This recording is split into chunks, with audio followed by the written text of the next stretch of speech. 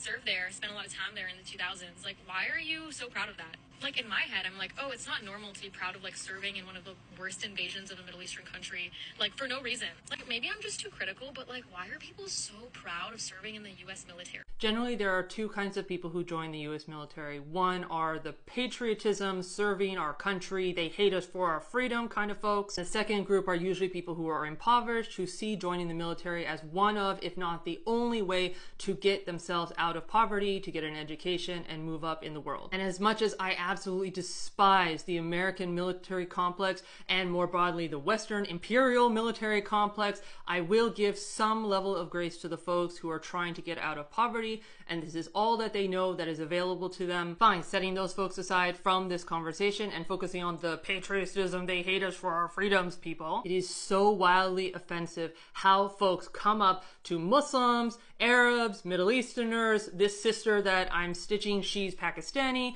wearing hijab, and this random man, multiple random men that she mentioned in her video, feel like a way to connect with her is sharing that they served in Afghanistan or they served in Iraq in the 2000s, and it's like, what the heck are you even saying? I do not care that they think it's a good thing, that they think that it's something to bond with the person that they're talking to. It shows a complete lack of social awareness and any understanding of what implications their participation in the military has on the person that they're actually engaging with. And they don't care, apparently. And just to give you all a tiny, tiny taste, just the very tip of the iceberg, why this is so deeply offensive to Muslims and Middle Eastern people, listen to these statistics from the Watson Institute of International and Public Affairs from Brown University on their page about costs of war, civilians killed and wounded. The U.S. post-9/11 wars in Iraq, Afghanistan, Yemen, Syria, and Pakistan have taken a tremendous human toll on those countries. As of September 2021, an estimated 432,093 civilians in these countries have died violent deaths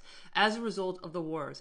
As of May 2023, an estimated 3.6 to 3.8 million people have died indirectly in post-9/11 war zones. The total death toll in these war zones could be at least 4.5 to 0.47 million and counting, though the precise mortality figure remains unknown. Civilian deaths have also resulted from U.S. post-9/11 military operations in Somalia and other countries. People living in the war zones have been killed in their homes, in markets, and on roadways. They have been killed by bombs, bullets, fire, improvised explosive devices, also known as IEDs, and drones. Civilians die at checkpoints as they run off the road by military vehicles, when they step on mines or cluster bombs, as they collect wood or tend to their fields, and when they are kidnapped and executed for purposes of revenge or intimidation. They are killed by the United States, by its allies, and by insurgents and sectarians in the civil war spawned by the invasions. War can also lead to death weeks or months after battles. Many times more people in the war zones have died as a result of battered infrastructure and poor health conditions